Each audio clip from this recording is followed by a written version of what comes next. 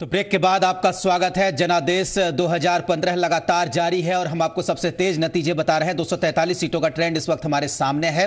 कई सीटों पे महागठबंधन के उम्मीदवारों ने जीत भी दर्ज कर ली है और जो फाइनल आंकड़ा इस वक्त मिल रहा है 156 सीटों पर महागठबंधन के उम्मीदवार आगे हैं और 76 सीटें ऐसी हैं जहां पर एनडीए के उम्मीदवार आगे चल रहे हैं। कांग्रेस अध्यक्ष सोनिया गांधी और दिल्ली के मुख्यमंत्री अरविंद केजरीवाल ने महागठबंधन की जीत पर मुख्यमंत्री नीतीश कुमार को बधाई दी है। तो बधाई देने का सिलसिला भी लगातार शुरू हो चुका है। पहले प्रधानमंत्री ने बधाई दी, उसके बाद सुशील कुमार मोदी ने बधाई दी और अब दिल्ली के मुख्यमंत्री अरविंद केजरीवाल और कांग्रेस की अध्यक्ष सोनिया गांधी ने नीतीश कुमार को जीत की बधाई दी है। तो बधाई का सिलसिला भी जारी हो गया है। बिल्कुल, और बधाई देने में सुशील मोदी भी थे, नरेंद्र मोदी थे। तो मेरे ख्याल से सोनिया गांधी और अरविंद केजरीवाल नरेंद्र मोदी और सुशील मोदी से देर हो गए। सहयोगी होने के नाते भी पहले थोड़ा आना चाहिए, लेकिन खैर ये एक बड़ी बात है कि कांग्रेस के लिए भी बहुत अहम ये जीत है बिहार में। उस पर भी हम चर्चा करेंगे, लेकिन बीजेपी के लिए संदेश है क्या? शायद इसी संदेश को समझने की कोशिश इस वक्त हो रही है। दिल्ली में बीजेपी के राष्ट्रीय अध्यक्ष अमित शाह के आवास पर आपात बैठक बुलाई गई है। बिहार विधानसभा चुनाव के रुझानों में बीजेपी को मिली हार पर समीक्षा को लेकर यह बैठक बुलाई गई है। जेपी नड्डा, रविशंकर प्रसाद, राजनाथ सिंह सहित कई दिग्गज इस बैठक में शामिल हैं और समझने की कोशिश की जा रही है कि आखिर चूक हुई कहां। कैबिनेट मंत्री 15 से 20 की संख्या में अगर कैंप कर रहे थे और इतने बड़े बड़े स्टार प्रचारक मौजूद थे, पैकेज तक का ऐलान हो गया था, मोदी जी 26 रैलियां कर चुके थे, तो फिर कहां चूक हुई? क्या गोमांस का मुद्दा ले डूबा, मोहन भागवत जी का बयान ले डूबा, या फिर ओवरडोज मोदी जी की रैली हो गई, या नीतीश जी पर व्यक्तिगत रूप से हमला करना ले डूबा? ये तमाम फैक्टर हो सकते हैं। मेरे ख्याल से उस पर चर्चा होनी चाहिए, लेकिन इतना तय है कि बिहार की जनता ने महागठबंधन के पक्ष में अपना फैसला दे दिया है। जी बिल्कुल, और जो तमाम तरह के निगेटिव कैंपेन देखने को हमें मिले थे एनडीए की तरफ से, उसको भी लेकर कहीं ना कहीं नाराजगी देखी गई मतदाताओं में। और महागठबंधन की तरफ से दो तरीके के प्रचार किए गए। नीतीश और लालू ने अलग अलग रणनीति बनाकर चुनाव प्रचार किया और उसी का परिणाम हमें नतीजों के रूप में देखने को मिल रहा है। बिहार की जनता ने महागठबंधन के पक्ष में अपना फैसला सुना दिया है। महागठबंधन 2/3 बहुमत का आंकड़ा पार कर चुकी है और नीतीश कुमार के नेतृत्व में राज्य में सरकार बनना लगभग तय हो गया है। लिहाजा महागठबंधन के दो योद्धा लालू प्रसाद यादव और नीतीश कुमार के आवास पर जश्न का माहौल है। हम आपको जश्न की तस्वीरें भी दिखाएंगे और देखेंगे कि ये दो तस्वीरें, एक लालू निवास की, दूसरी तस्वीर नीतीश निवास की। आप देखिए कि तस्वीरें अलग अलग लेकिन जोश एक सा, पटाखे एक तरह के। और महागठबंधन के कार्यकर्ता यानी एक तरफ आरजेडी के कार्यकर्ता जश्न में डूबे हैं और दूसरी तस्वीर में आप देख पा रहे हैं कि किस तरीके से जेडीयू के कार्यकर्ता जश्न के माहौल में डूबे हुए हैं। अब उनके गठबंधन के मुखिया नीतीश कुमार 5वीं बार सीएम बनने के लिए तैयार हैं। तो जाहिर सी बात है कि महागठबंधन ने बड़ी शिकस्त दे दी है एनडीए को और बीजेपी को बिहार के चुनाव में।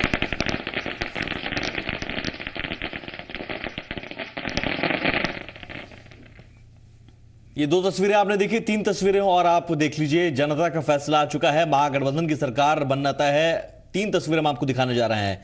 बीजेपी खेमे में जहां मायूसी का आलम है, वहीं दूसरी और तीसरी तस्वीरों में आप देख सकते हैं जेडीयू और आरजेडी में खुशी का माहौल है। कहीं खुशी कहीं गम। हालांकि बीजेपी खेमे में शुरुआती रुझान के बाद पटाखे जरूर फूटे थे, लेकिन वो अब वहां पर सन्नाटा लगभग पसरने लगा है। वहां पर रुझान जब बाद में आने लगे और उसके बाद जब अब तस्वीर लगभग साफ हो चुकी है तो वहां पर सन्नाटा पसर चुका है। लेकिन जेडीयू आरजेडी में जश्न का माहौल। और लालू प्रसाद यादव ने ट्वीट किया है बिहार में मिल रही जीत पर।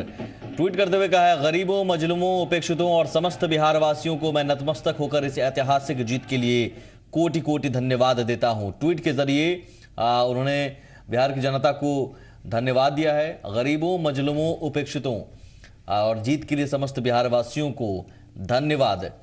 ये मेरे ख्याल से जरूर अब रिएक्शन की उम्मीद हो रही है। सब सुनना चाह रहे हैं लालू जी और नीतीश जी क्या बोलेंगे। उम्मीद की जानी चाहिए कि लालू जी और नीतीश जी एक साथ प्रेस कॉन्फ्रेंस करेंगे। अशोक जी, देखिए, आने तो लगा ही, आज सोशल मीडिया का जमाना है, शुरुआती स्टेटमेंट्स तो आने ही लगे हैं।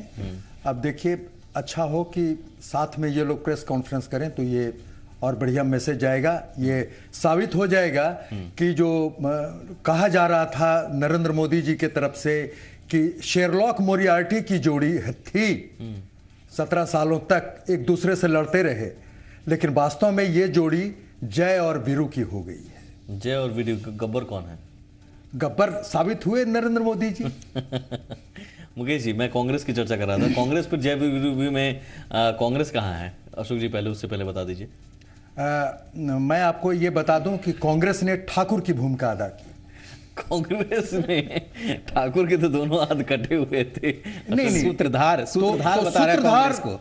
मैं मानता हूं, मैं उनको इस रूप में मैं देता हूं कि शेरलॉक और मोरियार्टी की जोड़ी को जय वीरू के रूप में ठाकुर ने, कांग्रेस ने स्थापित कर दिया। चलिए ठीक है, जय वीरू की जोड़ी का काम अब शुरू होगा। अब शुरू होगा, अब देखना होगा बैक टू कि ये बैक जोड़ी एक कितनी दूसरे सलामत के रहेगी। पक्ष में लोग काम करेंगे। बिल्कुल, जय वीरू की जोड़ी कहीं ना अगर कहीं है तो वो बेहतर तस्वीर बनाए बिहार की, ये उम्मीद की जानी चाहिए। लेकिन कांग्रेस की अगर चर्चा करें तो कांग्रेस ने क्या वाकई सूत्रधार का काम किया? मुकेश जी, कांग्रेस पर चर्चा हम कर रहे थे, उस वक्त भी आप कुछ कहना चाह रहे थे।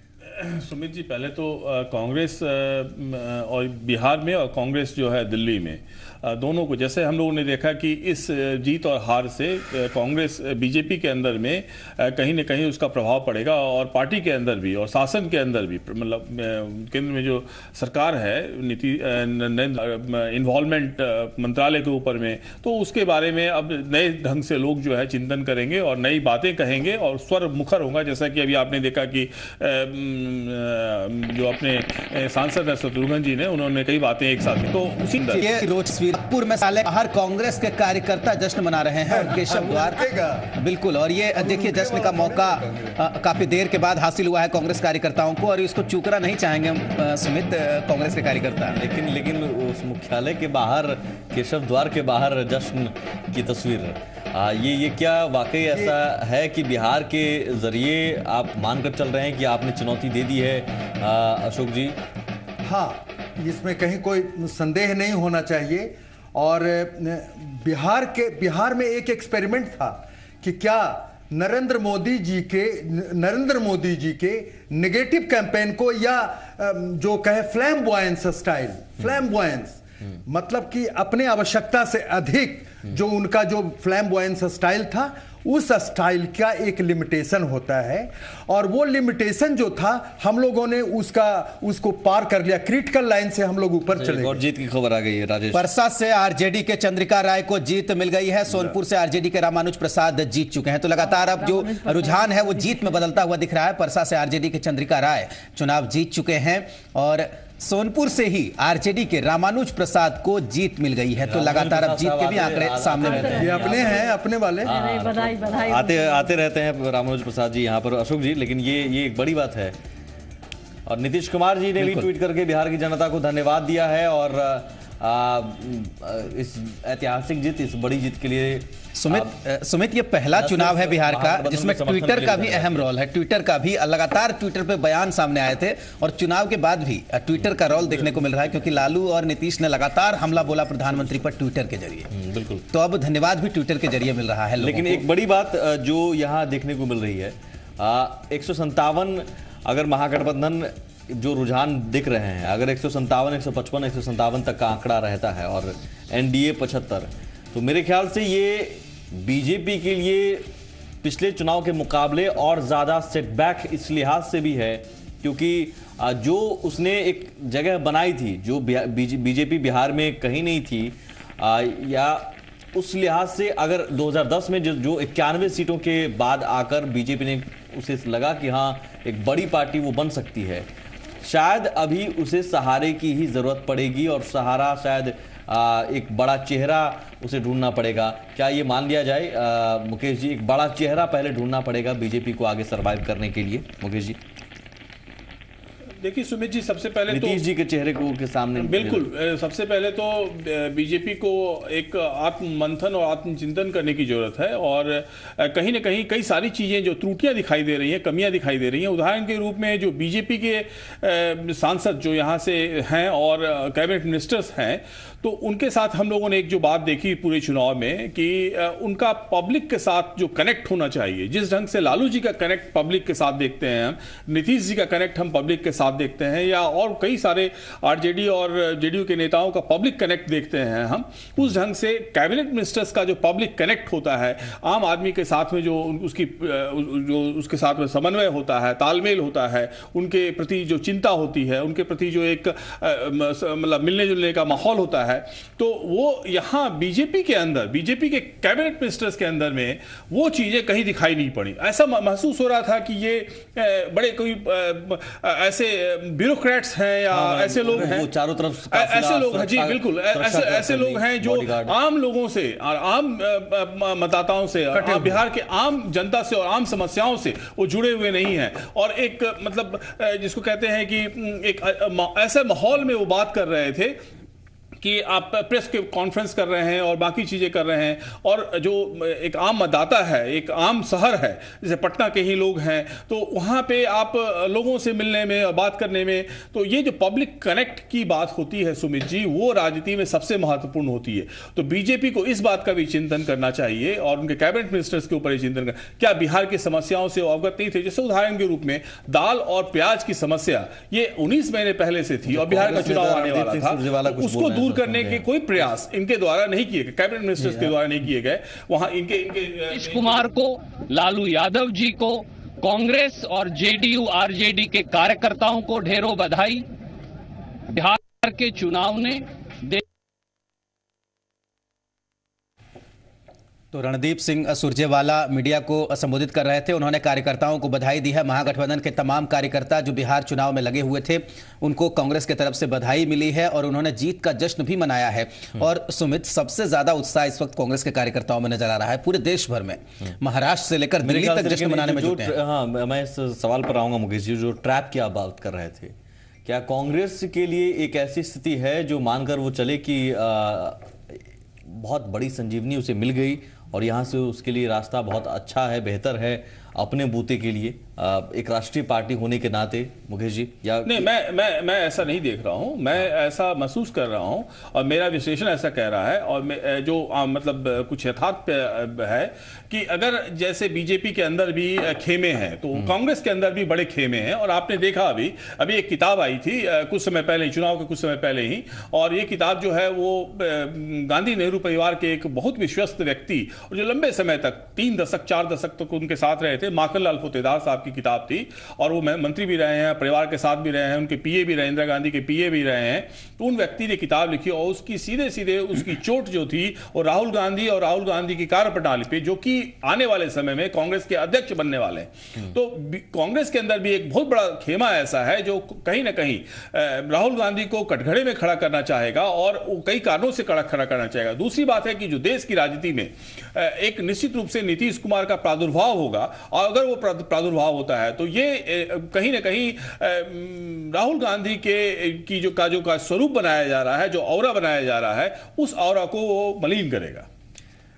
एक बात और सुमित इसमें मैं कहना आवश्यक समझूंगा कि सारे देश में, मैं ये तो नहीं कह सकता हूं कि पूरी तरह से इंटॉलरेंट हो गई सोसाइटी, लेकिन जब से बीजेपी लेड गवर्नमेंट आई है, मोदी जी की सरकार, उसके बाद से जो फ्रिंज एलिमेंट हैं, जो हर टॉलरेंस की तरफ है और इंटॉलरेंस, नहीं, क्या उसका भी असर हुआ है? हुआ है, और वो फ्रिंज एलिमेंट जो हैं वो कोर एलिमेंट बन गए अब बीजेपी के। लगा कि वही लोग हर जगह पे होता है, हर समाज में टॉलरेंट इंटॉलरेंट होते हैं, लेकिन ये फ्रिंज एलिमेंट होते हैं। बीजेपी गवर्नमेंट में लेड बाय मोदी जी ये कोर एलिमेंट बन गए। लगा कि वही, अब देखिए मोदी जी की यहां भाषा थी, वो लग रहा था गिरिराज जी की भाषा है। उसी तरह से फीडबैक कर रहे हैं, बोल रहे हैं कि लालू यादव चुनाव नहीं लड़ सकते, और जैसे ही उतरते हैं दिल्ली से उसी समय शुरू करते हैं ये लालू जी। अब बताइए, एक प्रधानमंत्री कहता है कि ये चुनाव नहीं लड़ सकता है, फिर वो यही बात कर रहा है। एक बात और चर्चा में करूंगा, ब्रेक मैं ले लेता हूं, लेकिन ब्रेक के बाद चर्चा में करूंगा। मांझी सिर्फ 3 सीटों पर सिमटते नजर आ रहे हैं। चर्चा ये थी कि दलितों के एक बहुत बड़े नेता बन गए हैं मांझी, और मांझी का फैक्टर इतना बड़ा होने जा रहा है, तो क्या वो सब चीजें कहां गई? मैं एक छोटा सा ब्रेक लूंगा, ब्रेक के उस पार इस चर्चा को जारी रखेंगे। देखिए हम सेकुलर जो है 3 सीटों पर सिमट रही है रुझान के मुताबिक। भले ही पहली बार पार्टी बनी तो इसके आगे भविष्य मान जी का होगा क्या, ये भी हम देखने की कोशिश करेंगे। मैं फिर से जाते जाते बिहार रुझान के बारे में पूरी तस्वीर आपको बता दें। अब तक 243 में 157 महागठबंधन और 75 एनडीए, जिसमें आरजेडी को 73, जेडीयू 69, बीजेपी 61। आरजेडी लीड ले रही है जेडीयू के मुकाबले। कांग्रेस 15, ये बहुत ज्यादा फायदा, 11 का फायदा। एलजेपी 8, 5 का फायदा फिर भी मिल रहा है। आरएलएसपी 3, पहली बार चुनाव लड़ रहे हैं विधानसभा का, तो इनको 3 मिला और हमको भी 3।